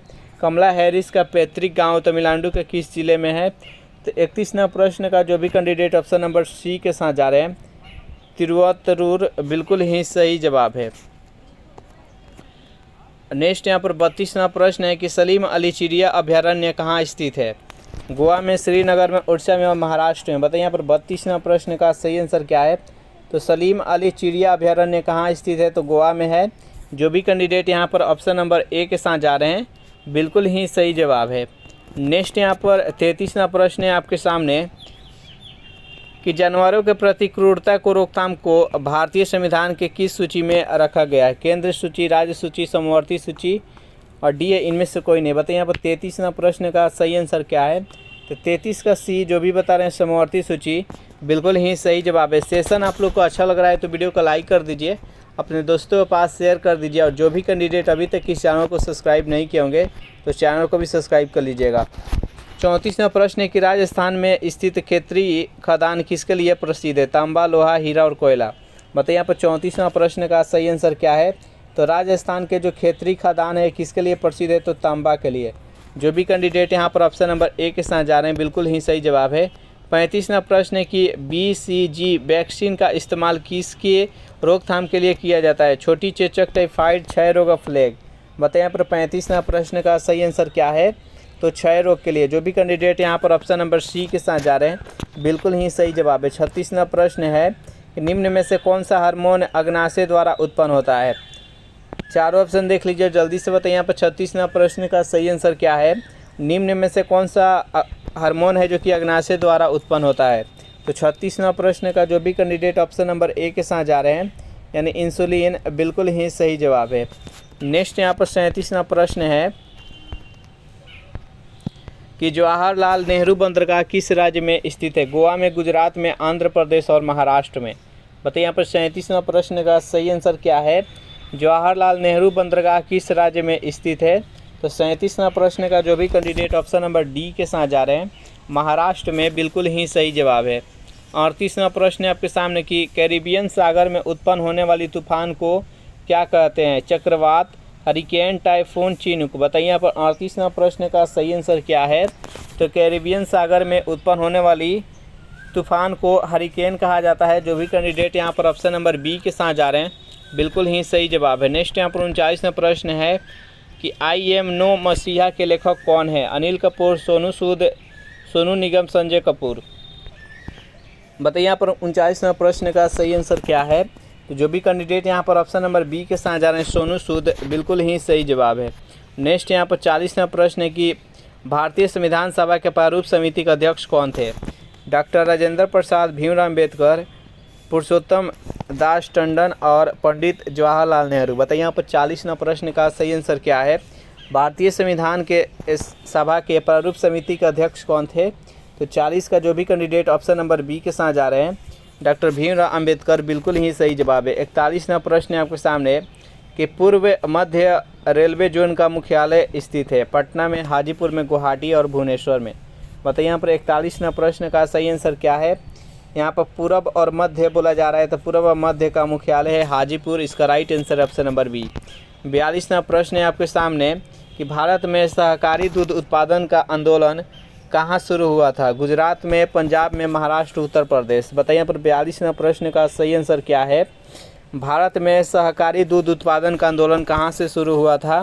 तो 42वां प्रश्न का जो भी कैंडिडेट ऑप्शन नंबर ए के साथ जा रहे हैं गुजरात से, बिल्कुल ही सही जवाब है। नेक्स्ट यहाँ पर 43वां प्रश्न है कि भक्तमाल रचना किस कवि की द्वारा रचित है? सूरदास, कुंभन दास, केशव दास और नाभादास। बताइए यहाँ पर 43वां प्रश्न का सही आंसर क्या है। तो 43वां प्रश्न का जो भी कैंडिडेट ऑप्शन नंबर डी के साथ जा रहे हैं नाभादास, बिल्कुल ही सही जवाब है। 44वां प्रश्न है कि CHO अभिक्रियाशील मूलक का नाम क्या है? यानी CHO ये किसका क्रियात्मक समूह नाम है? ईथर का, अम्ल का, एल्डिहाइड का और कीटोन का।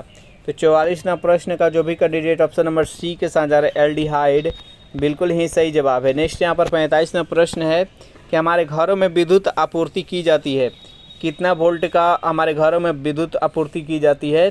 तो 45वां प्रश्न का जो भी कैंडिडेट ऑप्शन नंबर सी के साथ 220 वोल्ट अल्टरनेटिंग करंट यानी एसी, बिल्कुल ही सही जवाब है। नेक्स्ट यहाँ पर 46वां प्रश्न है कि मगध के किस प्रारंभिक शासक की गद्दी के लिए उसके पुत्र ने हत्या कर दी थी। बताइए यहाँ पर 46वां प्रश्न का सही आंसर क्या है। तो जो भी कैंडिडेट यहाँ पर ऑप्शन नंबर ए के साथ जा रहे हैं बिंबिसार, बिल्कुल ही सही जवाब है। नेक्स्ट यहाँ पर 47वां प्रश्न है आपके सामने, निम्न राज्यों में से कौन सा राज्य भारत में सर्वाधिक सौर ऊर्जा का उत्पादन करता है। राजस्थान, कर्नाटक, तेलंगाना और आंध्र प्रदेश। बताइए यहाँ पर 47वां प्रश्न का सही आंसर क्या है।